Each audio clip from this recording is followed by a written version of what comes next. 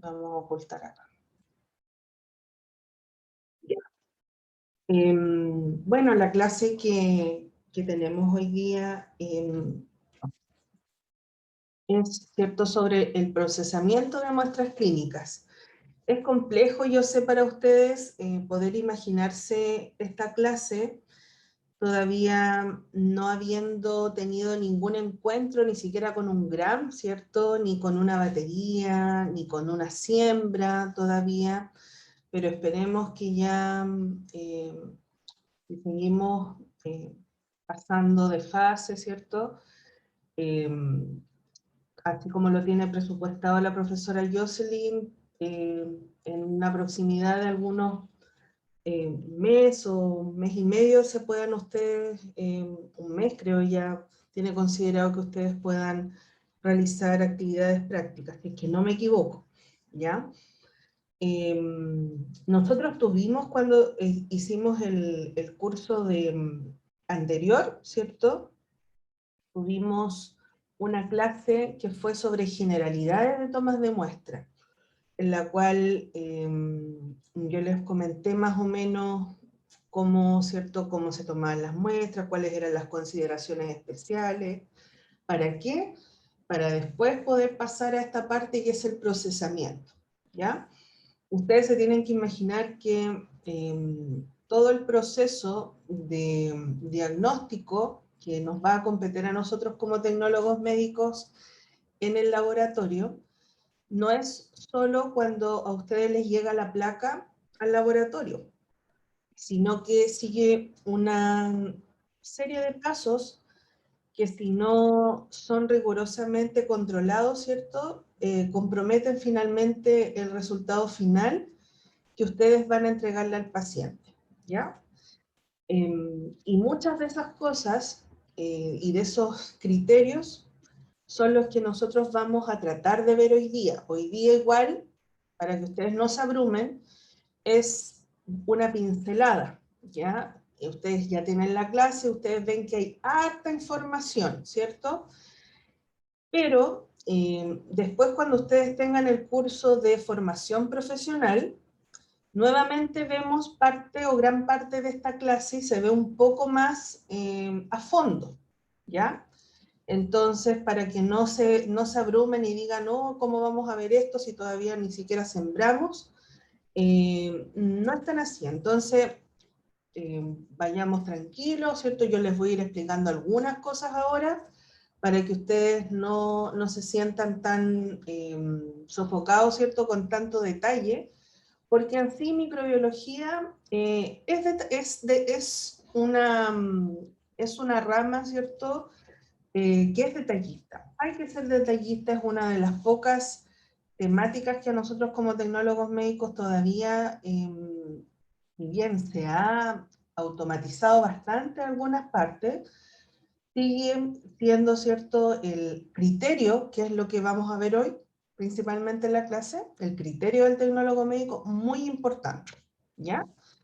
Entonces, partamos recordando esto, que creo se los comenté en el curso anterior, en el cual se refieren, ¿cierto?, las etapas del diagnóstico microbiológico de manera muy general, ¿ya? Nosotros partimos con un paciente, y ese paciente nosotros podemos realizar un diagnóstico que es directo, en el cual se detecta el microorganismo, ¿ya? O bien se puede detectar la respuesta inmunológica del paciente a través de técnicas serológicas, ¿cierto?, a través de anticuerpos. Si es el caso ¿cierto?, que se detectan anticuerpos, la muestra va a ser el suero y se van a ocupar técnicas de tipo inmunológicas, como por ejemplo ELISA, ¿cierto?, inmunofluorescencia, Western blot, etcétera, por nombrar algunas de las más comunes. Por otra parte, si nosotros vamos a detectar directamente el microorganismo, ahí tenemos una variedad de muestras. Yo aquí les nombro solo algunas, como por ejemplo sangre, ¿cierto?, líquido cefalorraquídeo, deposición, orina, biopsias de tejido también. Y esa muestra, que en ambos casos, ya sea para el diagnóstico directo o para la detección de anticuerpos, ha sido transportada, ¿cierto?, en condiciones de bioseguridad. También se han llevado a cabo ciertos procesos que permiten que esa muestra llegue en buenas condiciones al laboratorio. Permite que nosotros finalmente en el laboratorio trabajemos con una muestra de buena calidad. ¿A qué me refiero con esto? Por ejemplo, que si se guardaron se fue cuidadoso en esta etapa, nosotros, por ejemplo, si es en la detección indirecta, no vamos a estar trabajando con una muestra hemolizada que no nos va a permitir detectar bien, ¿cierto?, o de manera óptima los anticuerpos porque pueden interferir con la técnica. O, por ejemplo, si estamos obteniendo una muestra de urocultivo, con la detección directa del microorganismo, por ejemplo, la muestra de orina la dejaron mucho tiempo en un mesón, sin refrigeración, esa muestra, si había un recuento bajo del patógeno, proliferó, y por lo tanto yo no estoy también no estoy obteniendo una muestra de buena calidad para tener un resultado certero, ¿ya? Por lo tanto, esta parte también es muy importante. Entonces, sigamos con la detección directa. Cuando llega cualquiera de estas muestras, nosotros podemos realizar, por ejemplo, microbiología tradicional, que sigue siendo, como les decía, el eje central de muchos laboratorios, a pesar de que gran parte de los laboratorios, si bien pueden estar muy bien equipados de manera molecular o automatizados, también se realiza microbiología tradicional, ¿ya? Y esta microbiología tradicional está compuesta por la observación microscópica, el cultivo, la identificación y el antibiograma, ¿ya? Y muchas veces también serología. A su vez, como parte también de la detección directa del microorganismo, vamos a tener microbiología que es no convencional, que así está descrita también, en la cual nosotros vamos a detectar, por ejemplo, directamente el microorganismo, antígenos mediante técnicas inmunológicas, ¿ya? O bien, también podemos detectar ese microorganismo mediante técnicas moleculares, ¿ya? Esto entonces es, como les digo, un resumen muy general de lo que respecta a las etapas del diagnóstico microbiológico. Pero como ya les mencionaba, la calidad del examen que ustedes realicen no solo va a depender del buen trabajo, ¿cierto?, de su buen criterio que tengan en el laboratorio, sino también de una correcta toma de muestra, ¿ya?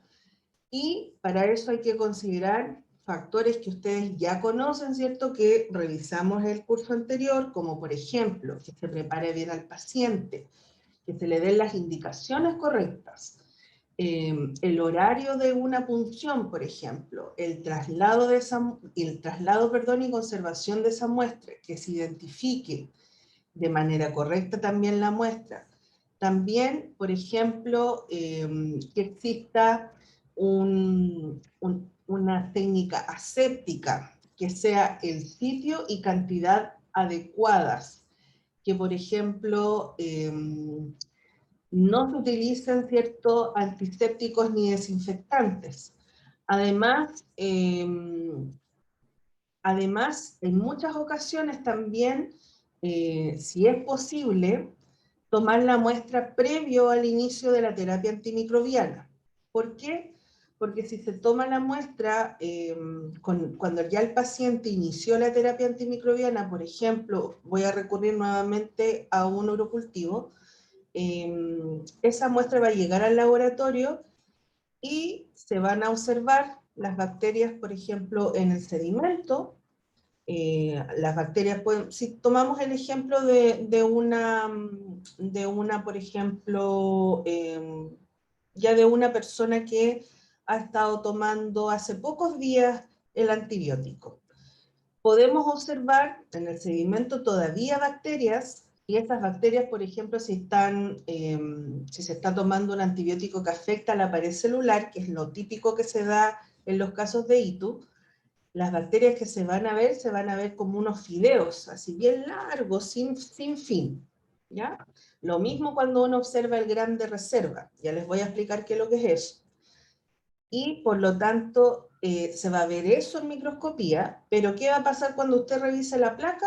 Que la placa no va a tener crecimiento, y va a pensar, ¿cierto?, que la muestra se cambió, que usted estuvo viendo un sedimento de otra persona, y que el cultivo, ¿cierto?, fue de otra persona también, que se cambió, ¿ya? Entonces, eso, créanme que ocurre muchas veces cuando, sobre todo, uno trabaja en laboratorios que son de mucha cantidad de muestras, ¿ya? Entonces, hay que tenerlo en consideración. Y en la sección de microbiología se realizan distintos tipos de exámenes, como por ejemplo se realizan coprocultivos, urocultivos, secreciones, sangres y líquidos estériles, virus respiratorios, si es que están las condiciones. Por ejemplo, esto puede ser realizado por técnicas de inmunofluorescencia, o también a través de técnicas de aglutinación, también lo realizan en algunos laboratorios. También, si el laboratorio lo realiza, el cultivo de TBC, ¿cierto?, de Mycobacterium tuberculosis, también estudios micológicos, serologías, pruebas rápidas inmunocromatográficas que en general agrupan la pesquisa, ¿cierto?, de patógenos como Clostridium difficile, o Clostridioides difficile, como se llama ahora, de secreciones faríngeas para la búsqueda de estreptococos piógenes. También se pesquisan a través de las pruebas rápidas rotavirus, adenovirus, por nombrarles algunos. Y, por supuesto, si el laboratorio lo tiene, también se puede realizar biología molecular, ¿ya? Esto es, en general, las secciones o subsecciones dentro de un laboratorio de microbiología, ¿ya? Entonces, todos estos se pueden realizar dentro de ella. Vamos a partir con coprocultivo, ¿ya? Yo tengo entendido, igual ya conmigo tuvieron una clase, ¿cierto?, de aeromonas y de vibrio, y con la profesora Jocelyn han tenido el resto de los otros enteropatógenos, ¿ya?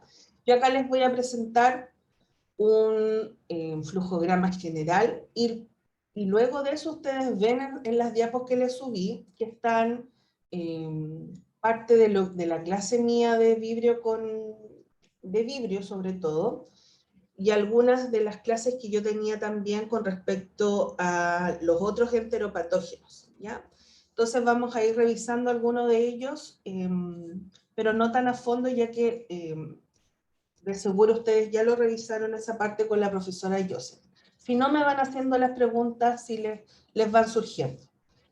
Entonces, el examen de coprocultivo, en general, ¿cierto? Si ustedes se recuerdan, se toma con un medio de transporte que se llama, ¿se acuerdan cómo se llama ese medio de transporte para el coprocultivo que tiene tapa roja? Este de aquí, este finito en la tórula.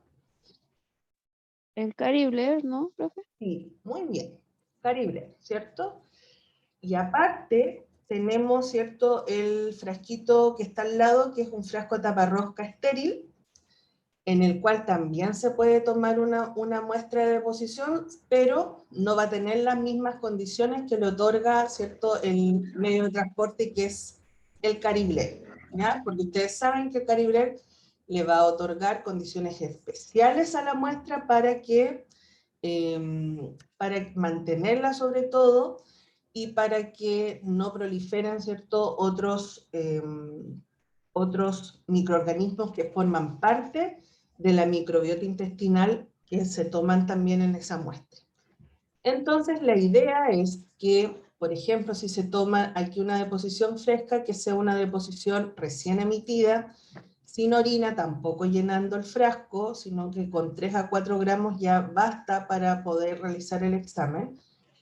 Y una vez que llega al laboratorio, dependiendo, y esto tienen que tenerlo en claro, ¿ya? Yo acá les presento estas placas, pero indiscutiblemente hay más placas, o en algunos laboratorios trabajan con menos placas de las que aparecen en este flujograma, ¿ya? Entonces, esto va a depender de las placas que tengan según el protocolo del laboratorio en el cual, por ejemplo, a ustedes en un futuro les toque trabajar, ¿ya? Pero si nosotros nos vamos a las condiciones básicas de lo que pretendemos que crezca en un coprocultivo, al ser enteropatógenos y ser bacilos gram negativos, en la placa mínima que debería tener un laboratorio para pesquisa, ¿cierto?, de enteropatógenos, ¿cuál de todas esas debiese ser?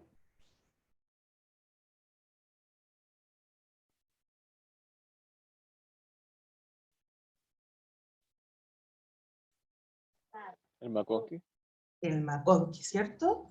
¿Por qué? Porque el McConkey es una placa que es selectiva diferencial que permite que crezca solo los bacilos gram negativos, ¿ya? Entonces, en general, los laboratorios mínimo trabajan con McConkey y con SS.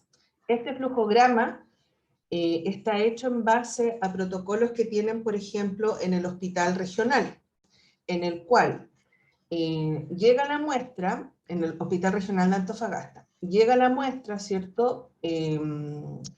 Exceptuando esta plaquita de acá que ya les voy a explicar para qué lo que es, la sorbitol.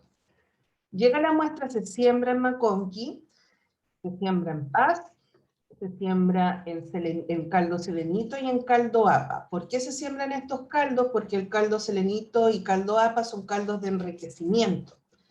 Y dependiendo, se dejan incubando entre 8 a 12 horas o 6 a 8 horas.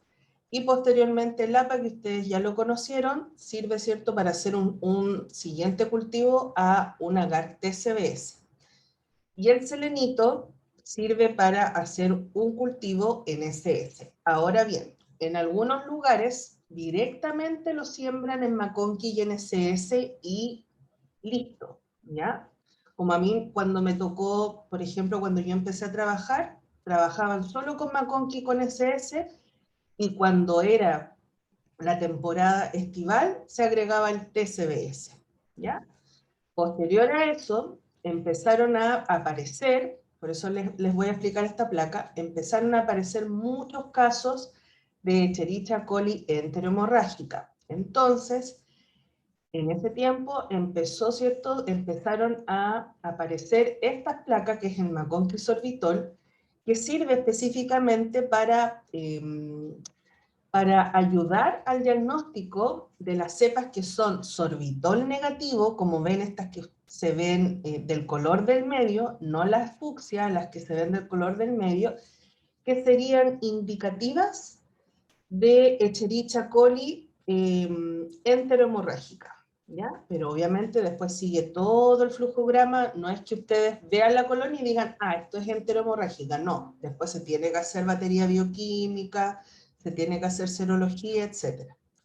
Pero esa placa, ¿cierto?, es específica para el aislamiento de ese tipo de enteropatógeno. ¿Ya? Por eso que se los coloqué con un asterisco. En Santiago la ocupan mucho en muchos laboratorios, si es que a lo mejor a ustedes les toca o consiguen después trabajo en Santiago, ya la van a conocer.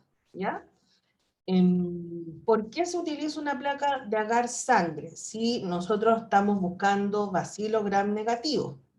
¿Ya? ¿Por qué se preguntarán ustedes? Bueno, porque el agar sangre, ¿cierto? Recuerden que servía ¿para qué? Para ver la beta-hemólisis, ¿sí? ¿De qué bacterias se buscaba la beta-hemólisis? ¿De las que ya han visto enteropatógenos? ¿Se acuerdan? Aeromona y vidrio. Sí, aromona, muy bien. Y la oxidasa. La oxidasa, ahí los voy a ayudar yo también, se utiliza también para, acuérdense, para la prueba de, para las pruebas bioquímicas de Vibrio, ¿ya? Por eso que también está incluida aquí, a pesar de que no se utiliza, ¿cierto?, en todos los laboratorios ni de rutina. Entonces, las placas, si estamos hablando de las placas y no de los subcultivos, se incuban por 18 a 24 horas a 37 grados Celsius y posteriormente se realizan las pruebas bioquímicas, o sea, perdón, la búsqueda de las colonias sospechosas, las pruebas bioquímicas a esas colonias sospechosas, potencialmente una serología y, si es que corresponde, un antibiograma. ¿Por qué aparece aquí incubar 24 horas más a temperatura ambiente el McConkie? Bueno, porque hay un enteropatógeno que se los voy a mostrar más adelante, que es Yersinia, ¿ya? Yersinia generalmente cuando es de pacientes tiene un crecimiento mucho más pequeñito que el resto de los enteropatógenos o bien de la microbiota intestinal. Entonces ustedes van a ver una placa, la van a revisar, y esa placa les va a costar poder evidenciar o poder pesquisar una colonia sospechosa de Yersinia, por ejemplo, a las 24 horas que fue incubada. Entonces, se ha visto que dejando esa placa de McConkie por más tiempo, al menos 24 horas más, y buscando la colonia de Yersinia, ¿cierto?, puede llegar a aparecer a las 48 horas, no habiéndola ustedes visto a las 24. Por eso que eso está dentro del protocolo, ¿cierto?, del flujograma de los coprocultivos. O sea, usted revisa las placas, ve si hay colonias sospechosas, realiza las pruebas bioquímicas y todo lo que les mencioné recién, y además no se tiene que olvidar que tiene que dejar todos los McConkies incubando a 24 horas más a temperatura ambiente. Si usted los bota, quiere decir que ya está descartando la Yersinia, ¿ya? Entonces por eso se deja. Aparte, nosotros podemos realizar observaciones microscópicas. Hay una de ellas que creo que ya se las presenté el semestre pasado, que fueron los leucocitos fecales, ¿ya? Los leucocitos fecales, si no se recuerdan mucho, son importantes porque si aparecen, ¿cierto?, en la deposición, son indicativos de que está el paciente bajo un proceso inflamatorio, ¿ya? ¿Qué quiere decir eso? Que está, ¿cierto?, cursando un tipo de diarrea inflamatoria y ustedes, yo se los pasé ya, ¿cierto?, en el semestre pasado, esa clasificación de diarreas inflamatorias y no inflamatorias. Entonces, ya sabiendo ese simple examen que es positividad o negatividad de los leucocitos fecales, usted también le puede servir para apoyar a su diagnóstico y saber si va a encontrar, por ejemplo, un vibrio que no debería tener leucocitos fecales, o, por ejemplo, una shigella que sí debería tener leucocitos fecales positivos. Ahora bien, no a todos los pacientes les piden leucocitos fecales, generalmente, ¿cierto?, se lo piden a los niños, los pacientes pediátricos, y no a todos, siendo que es un súper buen examen, ¿cierto?, si nosotros nos basamos en esta clasificación que yo ya les enseñé. Y por otro lado está la tinción de Hague, que ya la comentamos, ¿cierto?, que es la tinción que se utiliza actualmente de rutina en nuestro país para poder diagnosticar a Campylobacter jejuni, ¿cierto?, porque no se realiza de rutina lo que es cultivo, ¿ya? Entonces, también es una observación microscópica. Y por otra parte, las muestras de deposición, ¿sí?, se pueden realizar, no específicamente como parte del coprocultivo, pero sí como muestras de deposición. Se pueden realizar técnicas inmunocromatográficas, como ya les comentaba, para buscar la toxina del Clostridium o Clostridioides difficile, rotavirus, adenovirus y norovirus, que, ¿cierto?, se pueden presentar también en la deposición. Y por otra parte, si esto es microbiología tradicional, también tenemos, ¿cierto?, el estudio molecular con el cual se puede identificar mediante PCR los patógenos que pueden ser bacterianos o virales que pueden estar afectando al paciente, ¿ya? Entonces, cuéntenme, chicos, si por favor, si esta determinación o esta especificación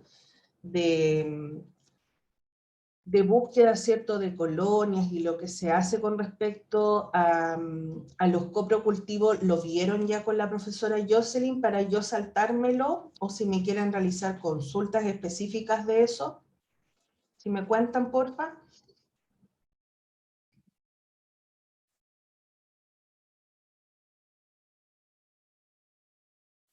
Sí, profe, sí vimos esto en el laboratorio. Ah, listo, ya. Entonces, solamente les voy a comentar sobre esta placa que les mencionaba, que es el McConkey sorbitol, ¿cierto? Ahí ustedes ven un poquito mejor las colonias.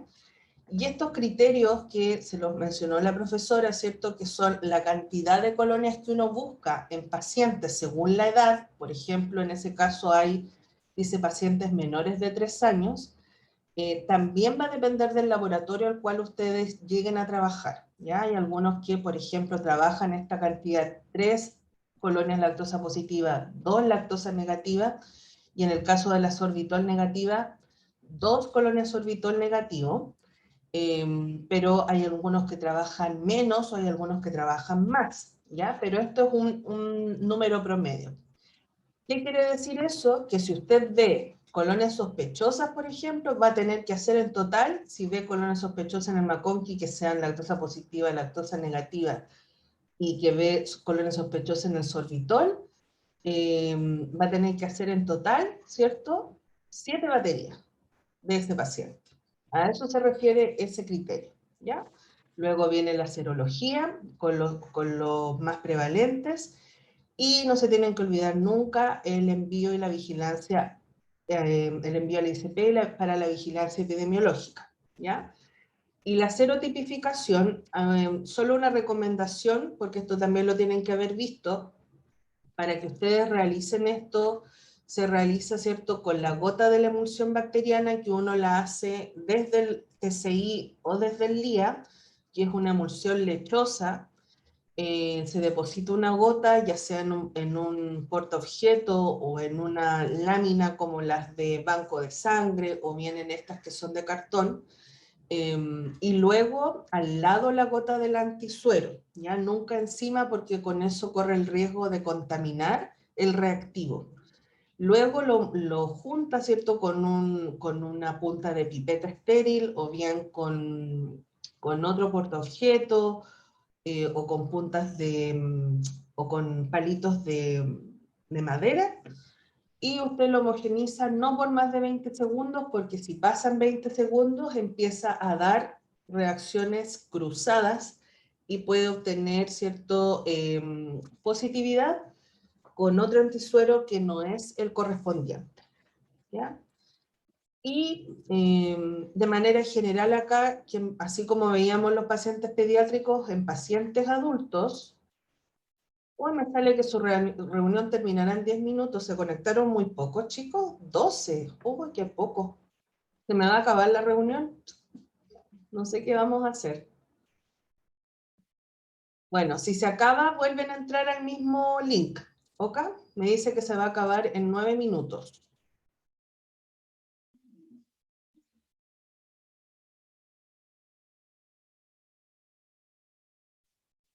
Ya, no sé qué me pasó. Denme un segundo. Ya. ¿Ven la diapo, cierto? Es que se me había salido de mi computador. Sí, profesora. Gracias. Bueno, entonces en pacientes adultos va a ser variable también las cantidad de colonias que ustedes pueden llegar a estudiar, pero se van a buscar colonias lactosa negativos. En los adultos ustedes no van a ir a buscar colonias lactosa positivos, que son las que indican, ¿cierto?, un Escherichia coli enterohemorrágico, porque según prevalencia, ¿cierto?, las enterohemorrágicas afectan mayormente a pacientes pediátricos, por lo tanto es en ellos, tanto las enterohemorrágicas como las enteropatógenas, se buscan en pacientes pediátricos. En los pacientes adultos nosotros vamos a buscar lo que sale acá, Salmonella, Shigella y Yersinia, ¿ya? Y posteriormente se va, después de hacer la batería bioquímica, se va a serotipificar, se envía al ISP para vigilancia epidemiológica y se realiza antibiograma. ¿Antibiograma a qué? A Shigella y a un tipo de salmonela que son las salmonelas tifoideas, ¿ya? No a todas las salmonelas. En el caso de Shigella, ¿cierto? Si lo vemos, bueno, este es el tipo de batería típica.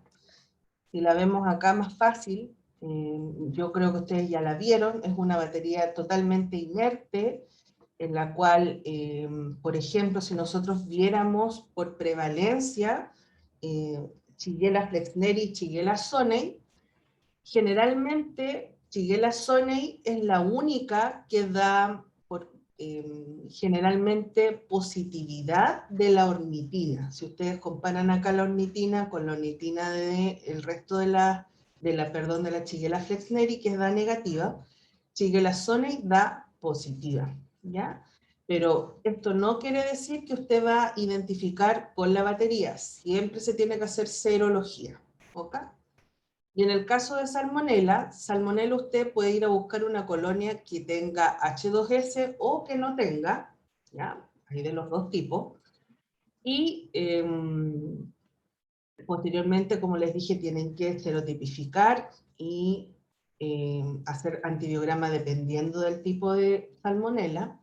Y si vemos las baterías de salmonela, tenemos, por ejemplo, acá arriba una de las más típicas, que son las salmonelas enteritidis, acá arriba a la izquierda, y que acá a la derecha vemos que tiene mucha cantidad de H2S, y si vemos a la derecha arriba, tenemos la típica de Salmonella typhi, en la cual vamos a encontrar el H2S en la picada, o sea, entre el tendido y el fondo, tanto en el TSI como en el LIA. Esta característica es típica de Salmonella typhi y no se les tiene que olvidar nunca, porque es tan típica que en algunos laboratorios incluso la identifican solo con la batería.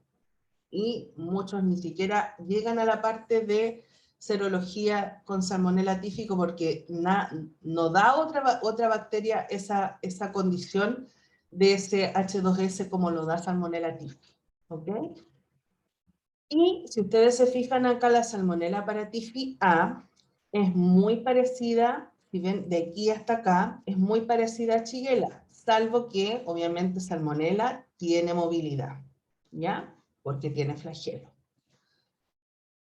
En caso de Yersinia, ven acá la foto en la cual se ve cómo se observa el LIA, que nunca en otra bacteria a las 24 horas se ve de este color amarillo. Usted va a pensar que es un TCI, a lo mejor, porque se ve de un color como ocre, pero que si lo incuba entre 48 y 72 horas más, ¿cierto?, le va a dar la lectura de K sobre A. Y también otra condición bastante particular de las colonias de Yersinia es que le puede dar una urea positiva débil a las 24 horas, y también si la deja 48 a 72 horas le da una urea ya mucho más franca, ¿ya? Y aquí yo ya les comenté las particularidades de Yersinia, que hay que dejar el McConkey, ¿cierto?, a temperatura ambiente por 18 a 24 horas más, para búsqueda de las colonias de Yersinia. Vibrio ya lo vieron, ¿cierto?, con la profesora Jocelyn, así que no me voy a detener mucho en ese. Campylobacter también lo vimos, lo revisamos, y vamos a ver el informe de resultados.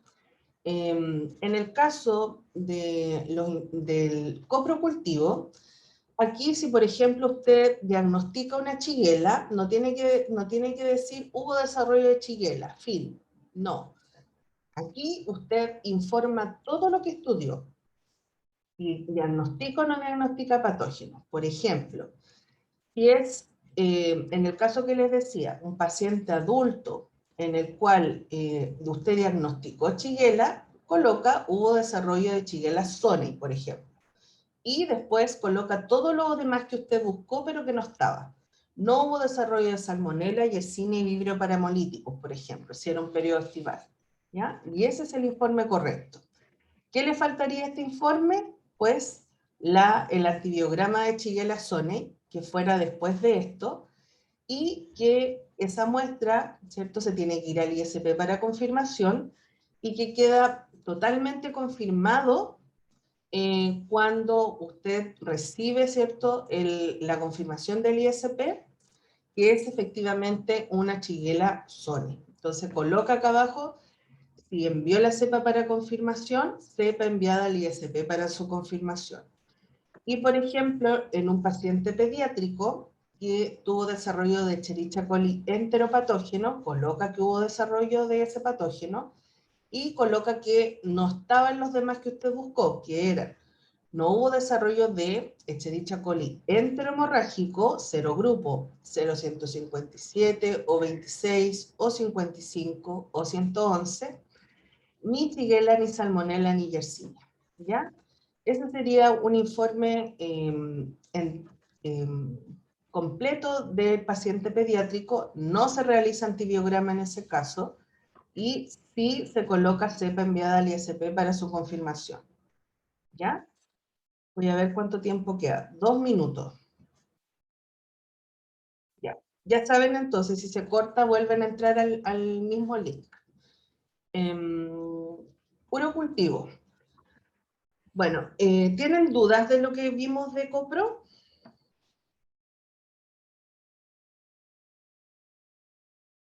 Profe, ¿Sí? eh, la muestra de copro siempre se tiene que diluir en algún, como en McFarland, o se siembra directamente. La muestra de Copro, no, la muestra de Copro se siembra directo, no se diluye en nada. Por ejemplo, si se tomó en el Caribler, ¿cierto?, que es una tórula, esa tórula usted después la coloca en cada una de las placas que correspondan en el laboratorio, ¿ya? Y si se tomó en un frasco tapa rosca, bueno, coloca una tórula, y con esa tórula hace la primera estría, y después con una asa comienza a hacer el aislamiento de cada una de las placas que sembró la primera estría con la tórula desde el frasco taparrosca. ¿Ya? Pero es muestra directa, se siembra directo. Ah, ya, gracias. Ya. Quedan 40 segundos, así que voy a esperar que mejor se corte para que no me pille entre medio de lo que estoy hablando. ¿Ya? A ver. Va a quedar cortada la clase entonces, la grabación.